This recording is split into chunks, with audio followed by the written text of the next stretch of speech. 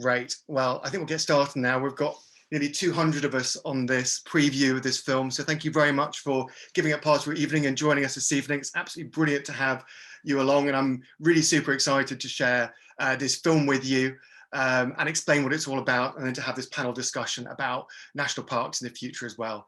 So my name's Dan Raven-Ellison. I'm a geographer, a guerrilla geographer. Guerrilla geography is about radical, creative, alternative geographies that challenge both myself and others to think differently about the world. And I love national parks. I've been brought up exploring and enjoying national parks with my family from a very young age.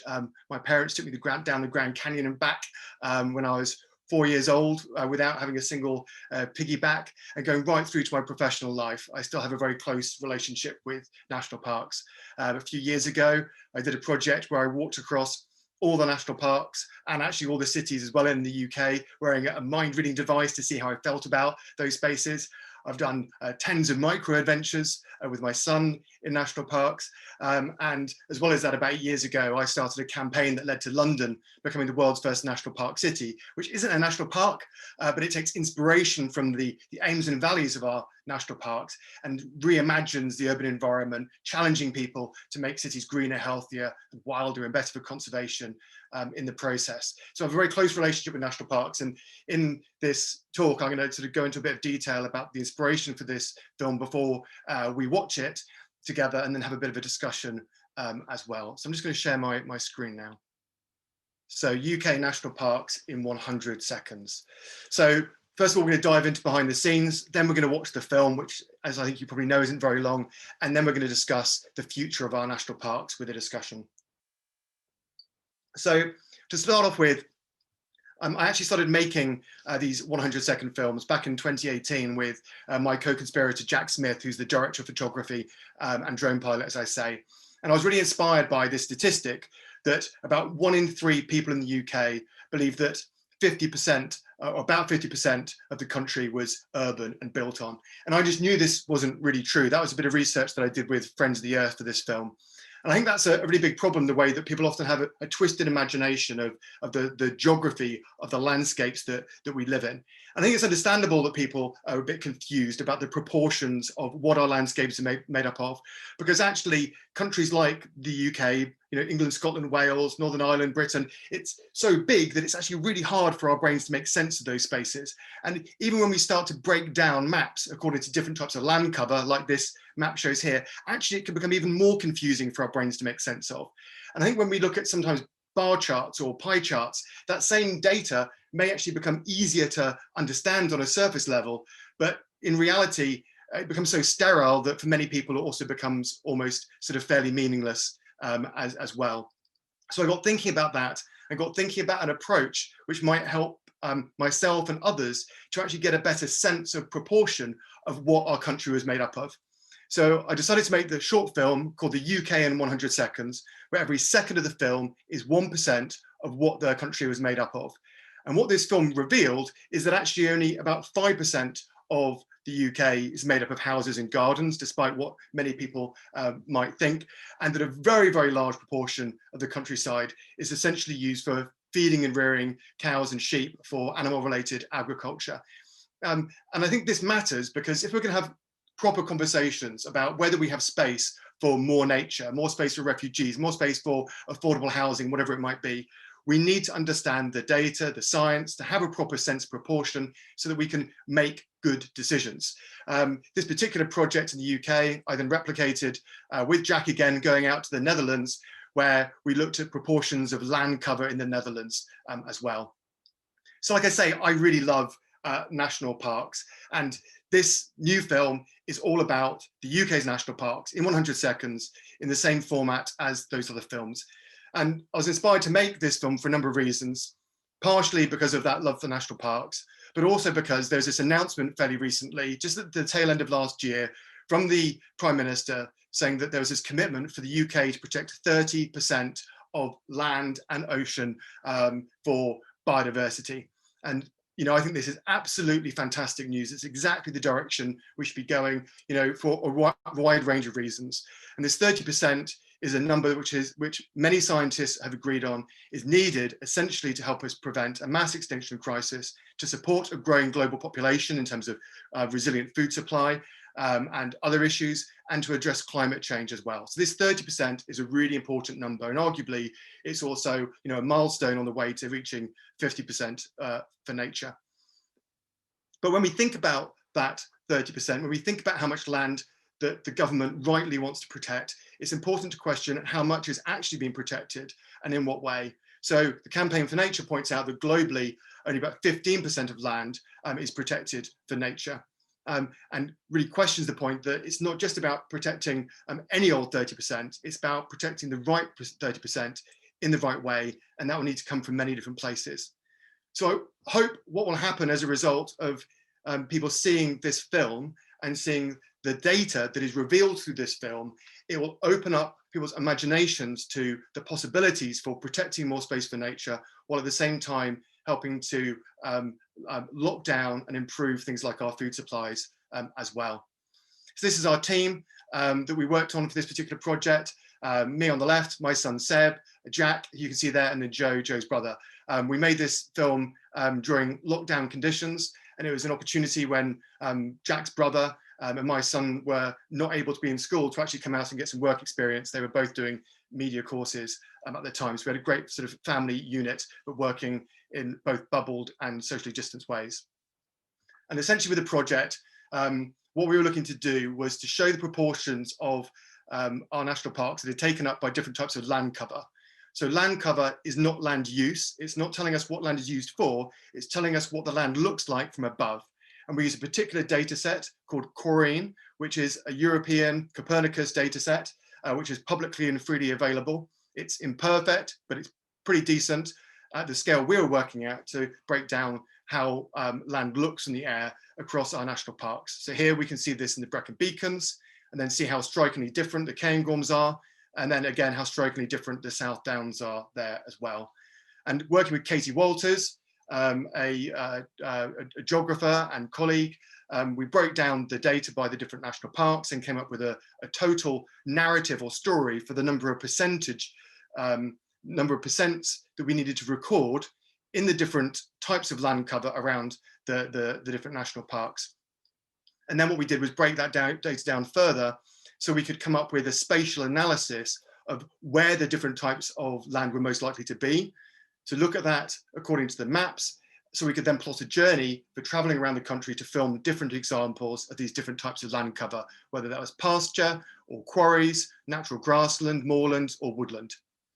So we traveled across a selection of the national parks. We had a week of dancing with several depressions that came through, heavy rain, high winds, very challenging conditions for the drone and the crew as a whole.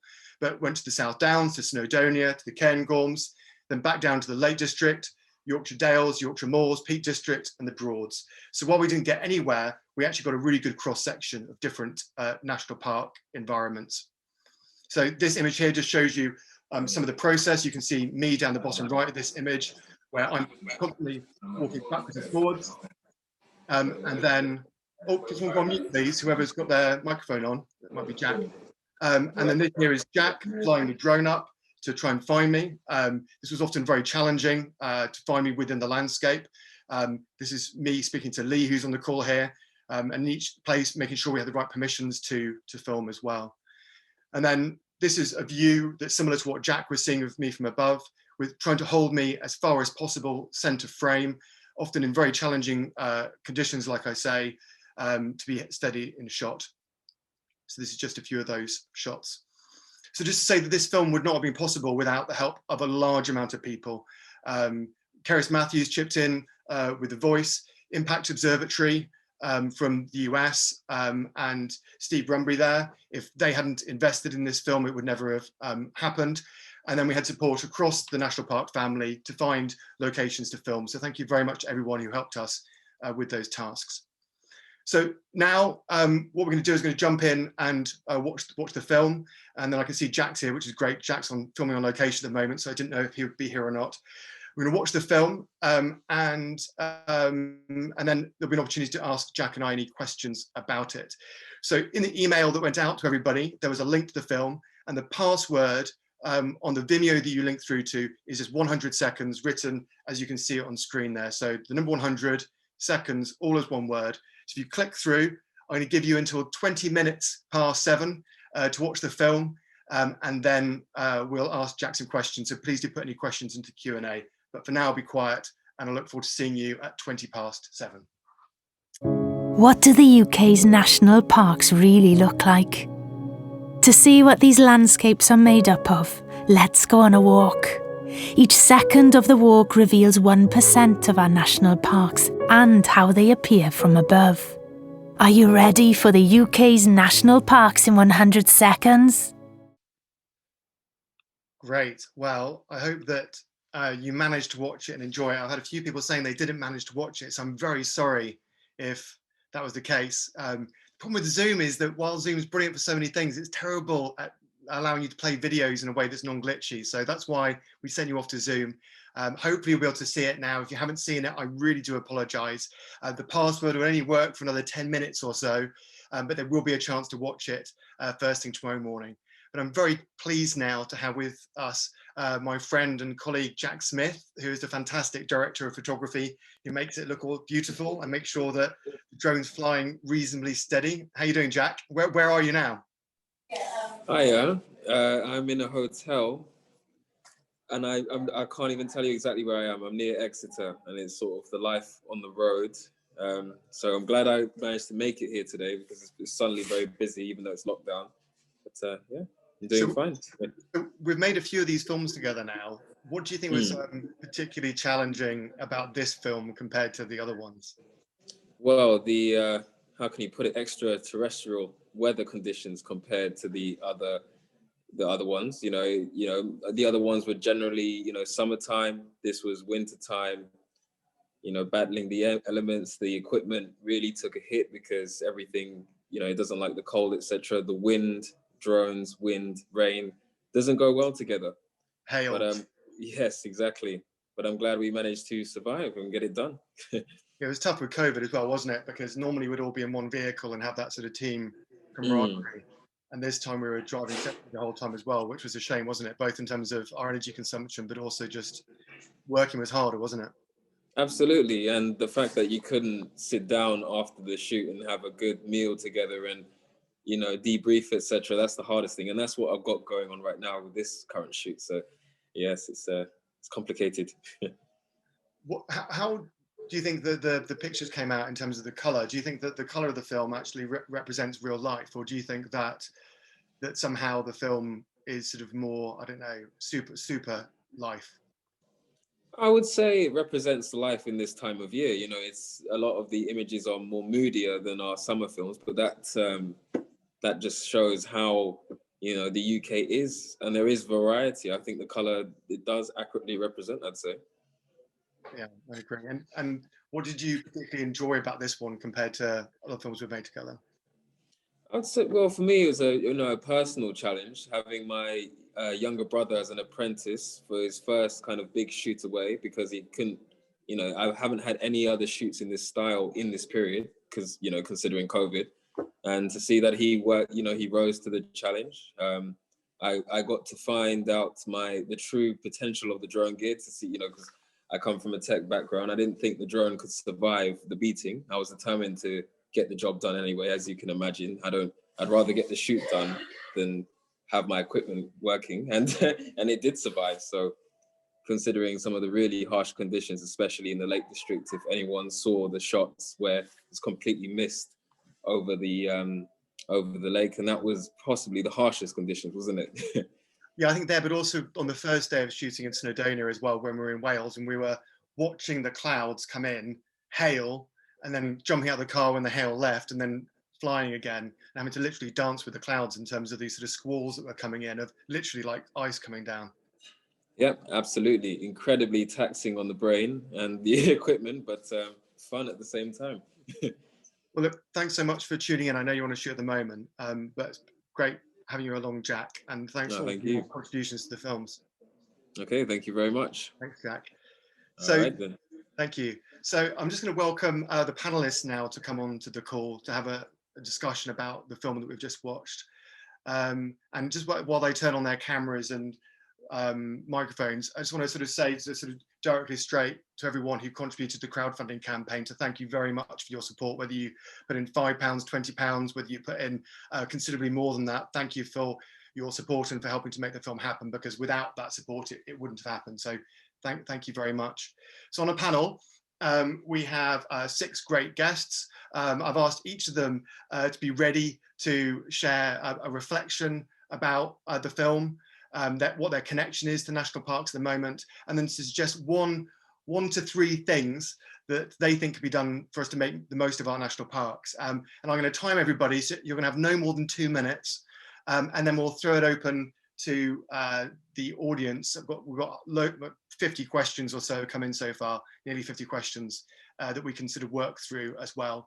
So just to say, we've got Allison Barnes, who's Chief Executive of the New Forest National Park Authority, Lee Schofield, who's a naturalist and nature writer who is working up at Haweswater with the RSPB on a wilding project there, Julia Angliombi, who is Professor of Practice at the University of Cumbria's Centre for National Parks and Protected Areas, Neil Hesseltein, who's an upland farmer in Malham, some of his cows and sheep featured in the film, and chair of the Yorkshire Dales National Park Authority,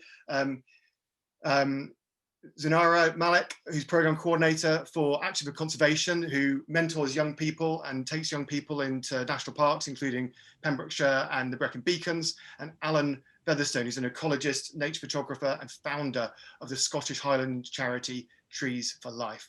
So I think we'll go in reverse order, and we'll start with Alan, please. Welcome. Thanks, Dan, and hi, everybody. So great to watch the film. Interesting perspective. Nothing particularly new for me there, because I'm aware of the main uses of national parks. I live about 40 minutes from the Cairngorms. I'm up in Scotland, so that's Britain's largest national park. And in terms of things to say, I was really pleased you mentioned the 30% target in your introduction, because I think that's really important. And it's 30% for biodiversity. And that obviously is going to have to include the national parks. And at the moment, biodiversity is only one element of our national parks. And we're talking about protection. What are we protecting, and what are we protecting it from? I believe we should be protecting biodiversity and nature and fully functioning ecosystems. And we need to protect it from the impacts of humanity.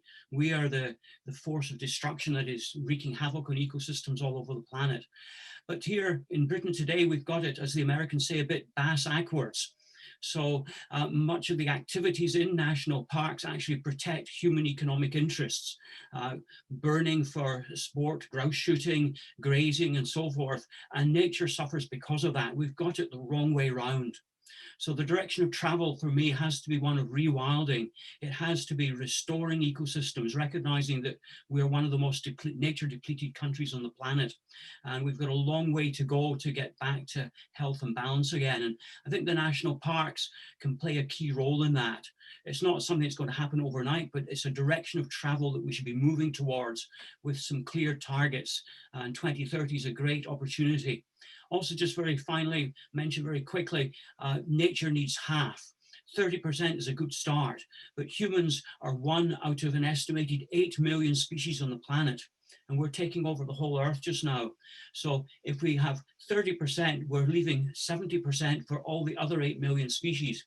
Half is still more than our share. So I think we need to be much more ambitious than we've been in the past. Thank you very much. Did you time yourself? That was like exactly 2 minutes. That was incredible. My intuition. Incredible intuition. Zinara, I would love to hear from you now. Thank you.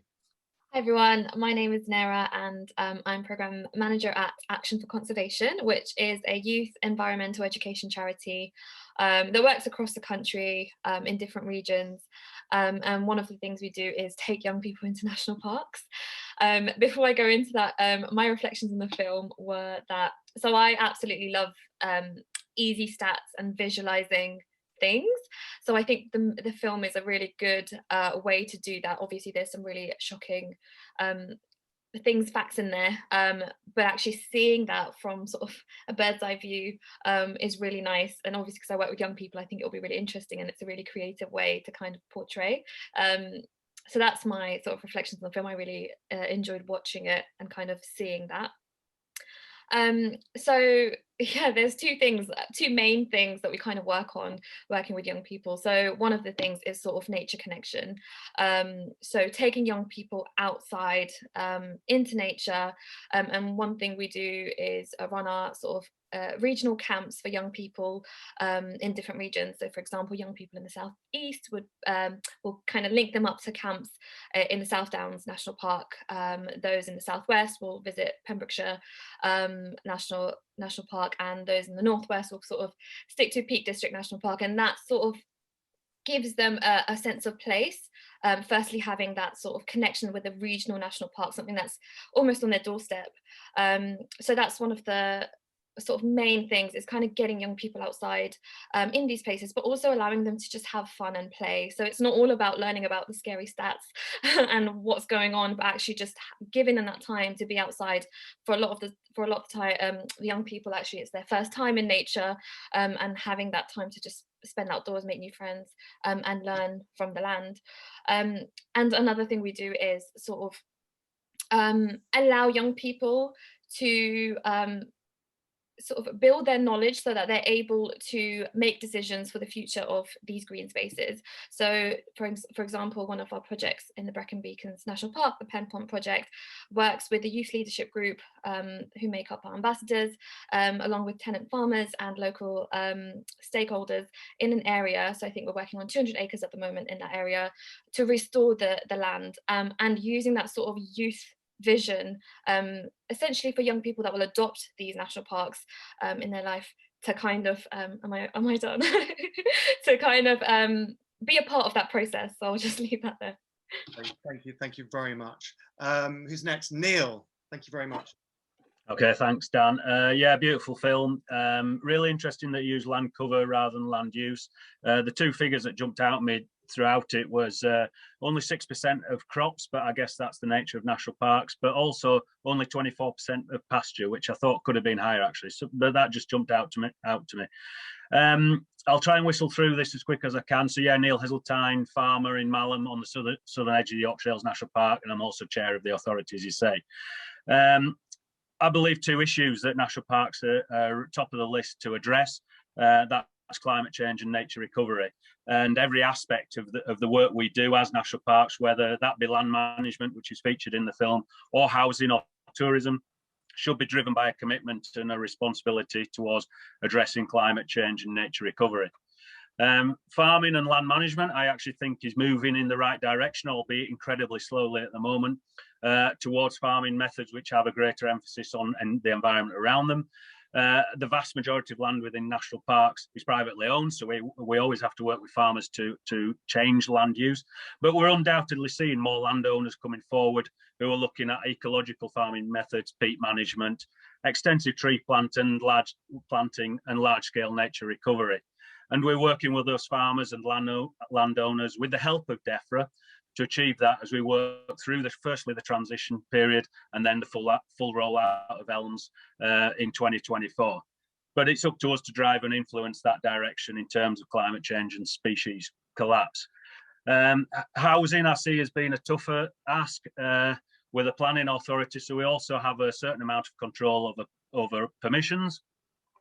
But we have to be really innovative and imaginative in our approach to design and building and the impact on the environment and new builds in particular. And we have to look really closely at the amount of new housing that we put in our national parks. And also at the same time looking at second home ownership, which is also an issue. Probably the biggest challenge we face as national parks in terms of climate and species collapse is that of tourism. One of our purposes is to encourage tourism in our national parks, and the need to get into wide open space has never been greater.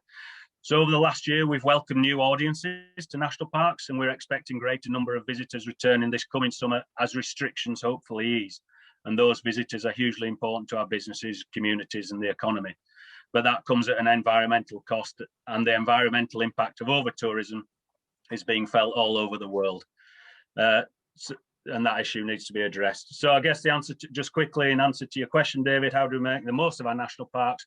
Firstly, we have to find solutions to climate change and species decline in our own national parks, but then we need to lead by example, be exemplars and be ambassadors to instigate change that's required on a much wider scale than just the national parks. And I apologise for overrunning. That's okay. Thank you very much, Neil. Great. Julia. Thank you, Dan, and lovely to be here with you. I think a lot of people have said a lot of what I was going to say already.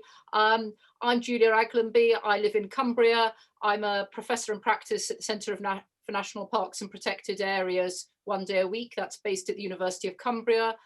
My day job is I'm executive director of the Foundation for Common Land, which is a charity to enhance commons, the natural and cultural heritage, and also the systems of commoning. And I chair the Uplands Alliance, which is a broad network of organisations, everyone included there from Tenant Farmers Association and Country Landowners Associations through to the Wildlife Trusts, National Trust and Rewilding Britain. National parks are very much at the heart of what I do, as well as our AONBs. And it's just brilliant to have this film. I'm a huge fan of Dan, and I think he deserves a huge applause, as does Jack, for his wonderful work in putting this together. I first met Dan 5 years ago when he gave my son a geography prize, and I feel really blessed that I had that opportunity, because it's led to events like tonight for me. The film is stunning in terms of showing the split of habitats, and that's really important to focus in on different aspects. And I think it's really helpful to focus on that split of habitats. So in terms of what we can do to make the most of our national parks, for me, it's about enabling nature and our cultural heritage and our communities to thrive. Our national parks are very different from those in the US. I don't think they're comparable. I would say that we really need to reflect on what they are and make them as good and much better, more where nature and culture and communities can thrive. Dan kindly gave me the data, and if my maths is correct, 79% of our national park habitats are farmed or grazed. So we will make the biggest wins by supporting farmers to successfully transition through this enormous change. It's the biggest change in agricultural policy for 70 years. By enabling farmers to run successful, thriving businesses with nature and carbon storage at the heart, then our national parks will be more vibrant, will be healthier. And there are many opportunities to do that. So one, for instance, is if we look at common land in the Lake District National Park, 66,000 hectares. If we were 10% of that was to be given over to woodland scrub, that would be another 6,600 hectares of woodland scrub. That would, if you think how little is there at the moment, that would be transformational. It would still leave 90% of commons there for our cultural heritage of grazing. And thank you very much. Thank you very much, Julia. Thank you. And Lee. Evening, everyone. Thanks for having me, Dan. I'm Lee Schofield. I'm Senior Site Manager at RSPB Haweswater. So my connection with national parks is that Haweswater is in the Lake District, and I live on the boundary of the Lake District National Park. So I've spent the last decade living and working up here. So my reflection on the film, the fact that Dan and Jack managed to get anything other than just solid grey rain is pretty outstanding, really. And I was quite pleased to see how good our sheep looked from above. That was good to see. But yeah, I think more seriously, the film makes it so abundantly clear how managed landscapes are within our national parks. So as Julia said, these are predominantly agricultural farmed landscapes, and that does make them very, very different from national parks, as people from many other parts of the world think of them. That's not to say that they're any better or worse. They are just very different, and comparing them isn't really a fair thing to do. So working for the RSPB, my priorities for how we can make more of our national parks is, as you'd expect, focused on nature. At the moment, our national parks, they're undeniably beautiful, but as far as nature and wildlife is concerned, they are well below par. So statistics on the condition of SSSIs shows that only 26% of SSSI sites of special scientific interest are in favourable condition inside national parks, compared with 43.5% of them outside of national parks. And that's not the only statistic. You know, again and again, our national parks are sadly not performing as well as they really, really should be.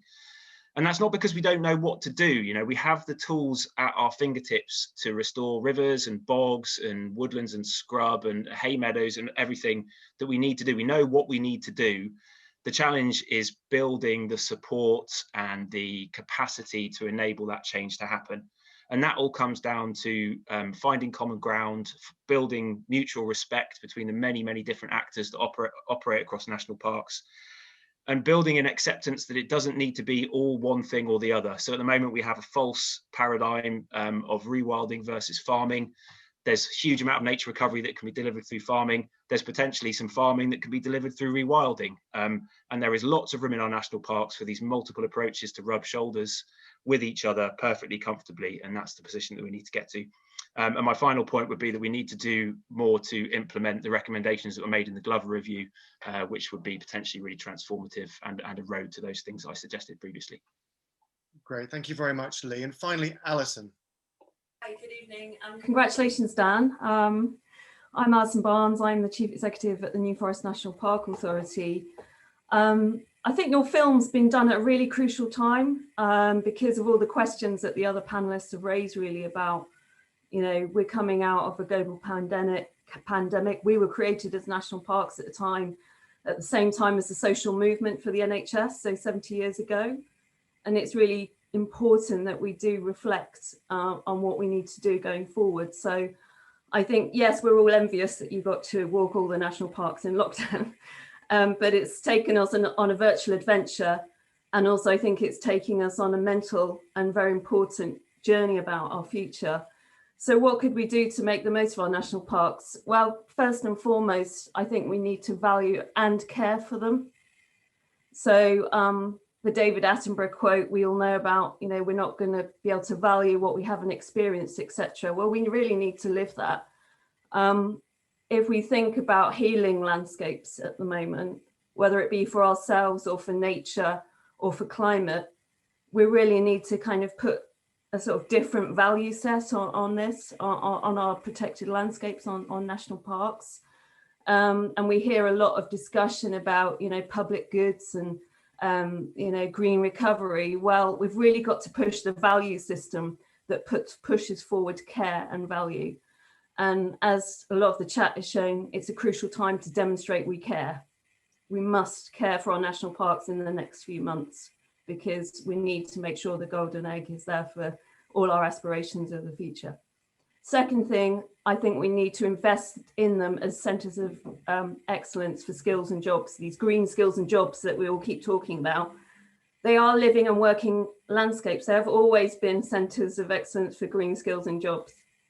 And I think we need to really put that in the forefront for the future, for us to be inspirational for what that actually means in the rest of our landscape and the rest of our country.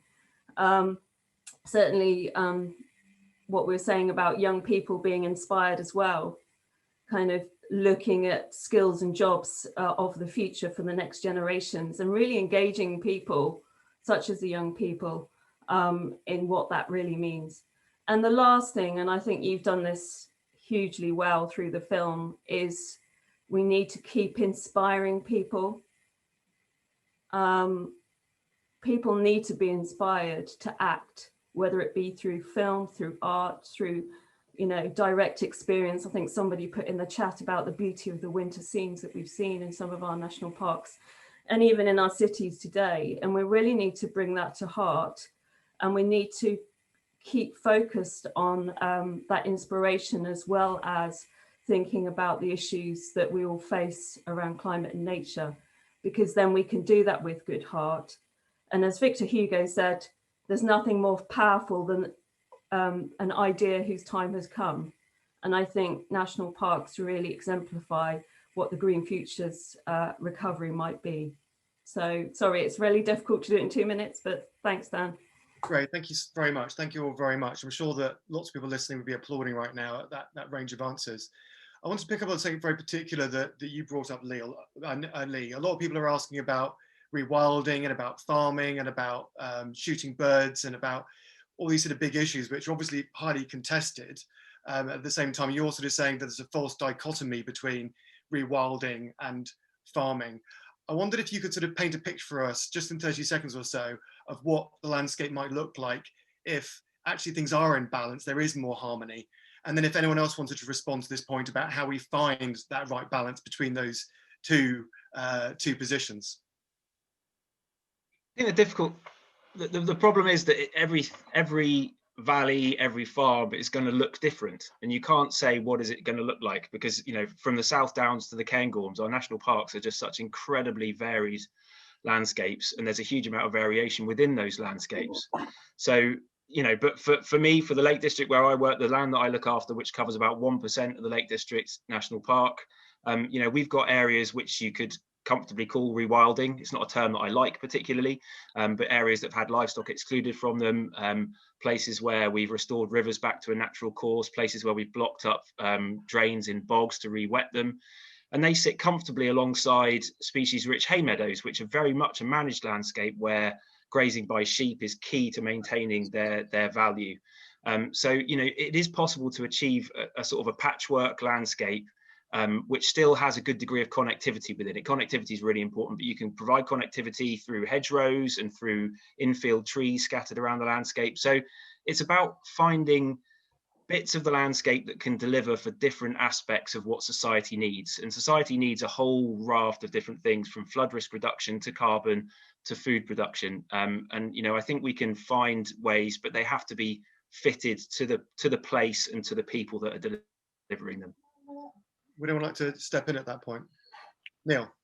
Yeah, I was just going to say, whether you take it down to a farm level or whether you take it to a national park level, for me, it's about experimenting and it's about taking the leap of faith. We're in a place now where I think we can only improve really in terms of nature delivery. And if we change some of the management, and that doesn't mean stop farming completely, but if we just change management and we leave a field at a certain period of time, or we leave an area and just explore what comes in those areas, I think that's where we're at really at the moment, is just find out what is possible, give an opportunity to wildlife and to botanical species, and just see where we're at. And if it works, it works, and if it doesn't, it doesn't, and we just change where we go as time goes along. And I think that's what's really exciting about it at the moment, that we're just on the sort of verge of discovery. Anyone else like to chip in? Yeah, Zanira. Yeah, it's really interesting hearing that as well, because just to touch back onto our Pen Pont projects, that's one of the things, again, we're trying to be really sensitive around, is sort of working, getting everyone around the table. So yes, you want to get young people sort of outside of national parks and being a part of that decision-making process, but also listening sort of to the tenant farmers that also use the land and the other sort of local stakeholders. And like Neil said, like, it is an experiment, and we don't quite know exactly what that would look like, but the exciting thing is that we're learning, and we know that there might be things that there'll be lessons learned along the way, but this intergenerational sort of coming around the table and working together, I think, can be really, really powerful, and it's something that we're trying to hopefully use as a blueprint, sort of beginning with 200 acres going all the way up to 5,000 acres in the Brecon Beacons National Park, see what that actually looks like. Yeah, I think it's really exciting, especially when there's different generations sort of involved in that. Thank you. Anyone else like to chip in? Julia? I think with a lot of this, it's also about the how. And if we're thinking we're managing here, we're talking about, somewhere between 15 to 20,000 farming businesses, and across, that's both our AONBs and national parks. And as I mentioned, I think there are amazing opportunities, but we are going through this transition. And you mentioned the Grand Canyon, Dan, and I've paddled down the Grand Canyon twice, when I was 13 and 2 years ago. And I wouldn't be here today if I didn't have a guide to take me down, to do that in the boat. So I think it's really important that, there's a huge, it's hugely important how our government, how DEFRA, how Natural England, how our national park authorities, how that they support farmers in this process, because we're talking about very marginal businesses. We're talking about over half the farmers are tenants. They don't own their house, they don't own their land, and it's absolutely critical as we are changing from direct payments. People may know currently farmers are paid a sort of per hectare basis to being paying for delivering public goods, which is a good idea in principle, but we do need to make sure that we provide and invest properly in the correct advice to take us through the next 5 to 10 years. And that's what concerns me at the moment, is that we haven't seen enough good advice, and that relying on gov.uk as the major way of transmitting information to people simply will not work. So the nuts and bolts of the detail of how we deliver this change cannot be, you can't overestimate the importance of getting that right. And at the moment, the jury is out as to whether we are getting the design of the new policy quite right. Thank you. Can I ask now, there's lots of questions about land use and land cover, which is understandable given the nature of the film. And I'm very interested in the proportions of things, and then linguistically and intellectually, whether or not we then have proportionate responses to those things that we are seeing in the landscape. So for me, a thing that really comes out of the film is actually the amount of moorland which is maintained for shooting birds, as is pointing out in the film. And there's maybe not as much woodland as people might expect to see. Would anyone like to comment on anything they saw in the film that they thought was out of proportion, or that they would like to see in a greater proportion in the future? Alison and then Lee. Yeah, so one of the things that you weren't able to show was the people and the settlements, and also, this sort of, the sort of idea of, yeah, we've got boundaries around national parks, but there's also this thing about our boundaries being quite porous, really. And we are very, particularly in somewhere like the New Forest, sort of connected to our hinterlands. So I think the one thing that the film, I mean, you are a human being, I know, Dan, we can see that, but we could do with a bit of provocation around the communities and the as I say, how the forest and how the national parks work, but also how they work in relation to the drivers of our surrounding communities. And I think that is absolutely going to be fundamental for the future. And that's why, I'm so impressed with what you've been doing around national park cities, because I think you can protect as you can in national parks and help people to enjoy and understand nature, as well as connect to an economic and social agenda, whether you're in a city or a national park. So I think that's the bit of join up for the future. Perhaps maybe you could do national park cities in 100 seconds. Maybe. Yeah, well, I'd love to do that. I think it's interesting because actually, if you look at the human footprint globally, actually people only take up about 1% of the Earth's surface in terms of our infrastructure, in terms of the built environment. But it's the reach of the footprint in terms of what we pollute and what we consume that actually is the real footprint of humanity. So I completely hear you, Alison, but to some extent, you could argue that the proportionality of what you see in this film is actually reflective almost of what's happening globally in terms of the planet as a whole as well. Lee. Yeah, I think what was really striking, particularly from looking at the table of figures and the way that they're broken down, is how compartmentalized our habitats are. So, we have got these great big blocks of heathland, and they are, in some places, monocultures of heather with a scattering of other species in between. The conifer plantations are monocultures of a Sitka spruce often, or a scattering of other species. And what we could really do with is making it much harder in future for you to make this kind of film, Dan. We could do with moorlands that have got scatterings of trees and scrub, and we could do with woodlands that are more open and have got a scattering of heath species, and just a much more blended set of habitats within our landscapes. Because actually it's often at those kind of edges and those mixed up habitats where all the really good stuff happens. Notice that there wasn't really a listing for scrub. There was perhaps one small one for sort of mixed woodland or something, which probably had some scrub in it. But, scrub is such a vital habitat that supports a huge range of species. And we tidied a lot of those scruffy, edgy kind of bits out of the landscape. And we could really do to get those bits and pieces back in and get them working properly again. And, you know, those interstitial habitats, I think, are really, really important. And you know, from a farming sort of land use point of view, it's quite easy to put those bits back in. You know, your scruffy field corners, your wet bits of the field, actually, that isn't really worth the bother of draining and trying to graze and to turn it into something more productive. So yeah, I think blurring the boundaries between habitats is really important. Alan. Yeah, a couple of things. One is, I think it'd be really good if we had some targets for restoration of habitats. You know, most of what we saw in the film is land that's used by people in one way or another, either directly for pasture, commercial plantations of non-native conifers, or grouse moors.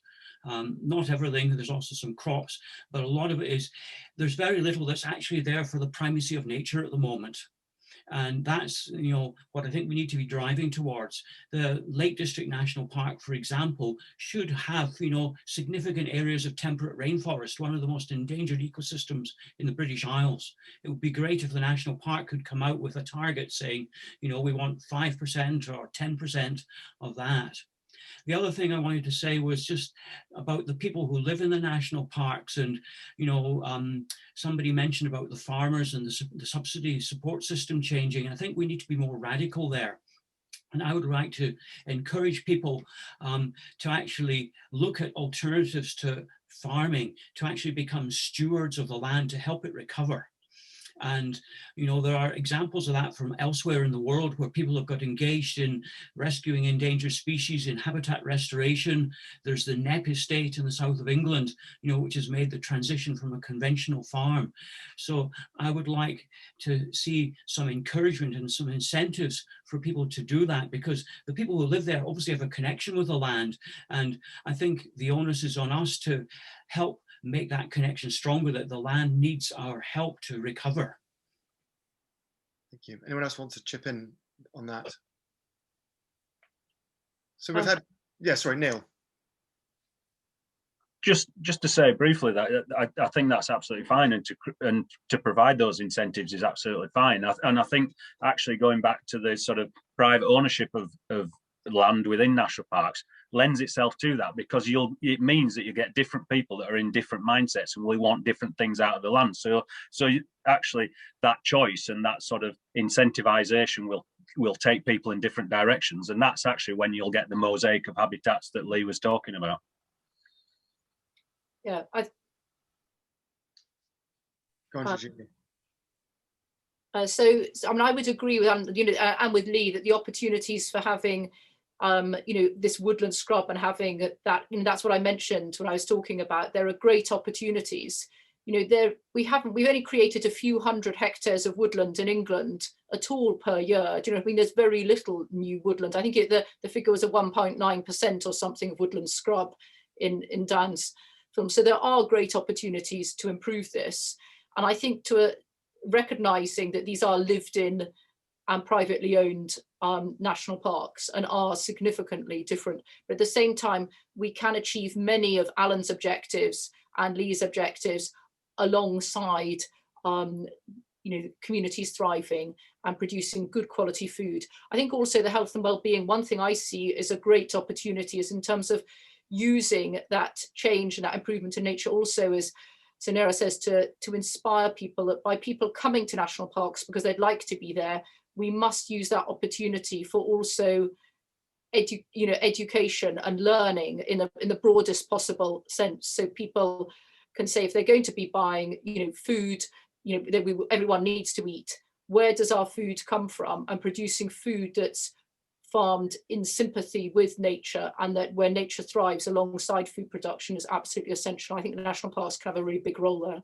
Thank you very much. So we've just got 2 minutes left, and I want to give a quick conclusion, but if we could go around the room very quickly and just sum up maybe just a couple of sentences of your reflections of this very short session we've had together. This could have been a 5-day conference, really, I think, in terms of the range of topics, and there's just so many questions we haven't explored that I would love to explore. But maybe what would your main reflections be, or your main call to action be following this discussion? So we'll go in reverse order this time. So Alison first, and literally just 2 or 3 sentences, please. Yeah, so I would like to maintain the engagement that this has catalysed and make sure that we are working together towards a collaborative approach and not conflict. Thank you, Alison. Lee? Yeah, similar. Try to get away from this position where we're arguing about things and build support for as broad a range of responses, which will deliver as broad a range of outcomes that are inclusive as possible going forward. Thank you. Julia?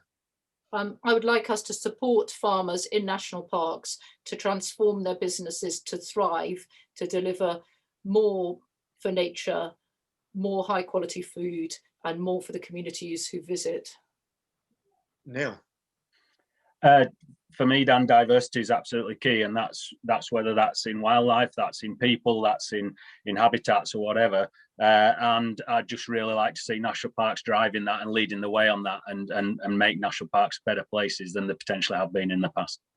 Thank you. Nera? Yeah, just echoing what everyone said, and just adding to that, facilitating that sort of engagement, nature connection with all young people, especially those that haven't previously had access to these green spaces before, but also just getting everyone around the table and seeing what can happen when you bring everyone together and sort of give them the tools to make change. Great, thank you. Alan? A couple of things. I think there's a tremendous opportunity at the moment. I'm reminded of the saying, seize the moment, seize the day. There's a ripeness here, and it's great to hear everybody's comments, and I think there's a real willingness to move forward. And, with the changes in agricultural subsidies with Brexit and so forth, and this 30% target and the real focus on biodiversity now, there's unique opportunity, and we should make the most of it. Find ways to work together to find common cause, because I think we all want the same thing, and we've got different aspects of it, but we've got to find what we have in common and build that together. Great. Look, this has been a super collaborative, inspiring conversation with lots of ideas and lots of room, I think, for some really interesting progress. What I hope this film will do is help people to think critically about what that 30% might look like, and the role of current and future national parks in providing that 30%. But there've been a few comments in the question Q&A as well about, well, if the government's protecting 30%, does that mean that the other 70% is to the wolves? Maybe that's the worst analogy for this group, but what about the other 70% in terms of protection for nature? So we do have to think about it all. But thank you all very much for your time on the panel, for your contributions, your thoughts, your wisdom, for your help with the film where you played a part in that. Thank you very much for everyone who's stuck in and joined this evening. The film will be released tomorrow morning on YouTube and on Twitter. Please, please, please share it, but don't just share it if you're on social media. Also comment on it. Let's see what kind of rich conversation we can develop off the back of the film, coming up with many of the ideas people have talked about here, but also asking questions where people don't know the answers to things as well. But for this evening, thank you all again so much for your time and your contributions, and whatever that may be, for making our country greener, healthier, wilder. And I hope you enjoy sharing the film tomorrow. Thank you very much, everyone. What do the UK's national parks really look like? To see what these landscapes are made up of, let's go on a walk. Each second of the walk reveals 1% of our national parks and how they appear from above. Are you ready for the UK's national parks in 100 seconds?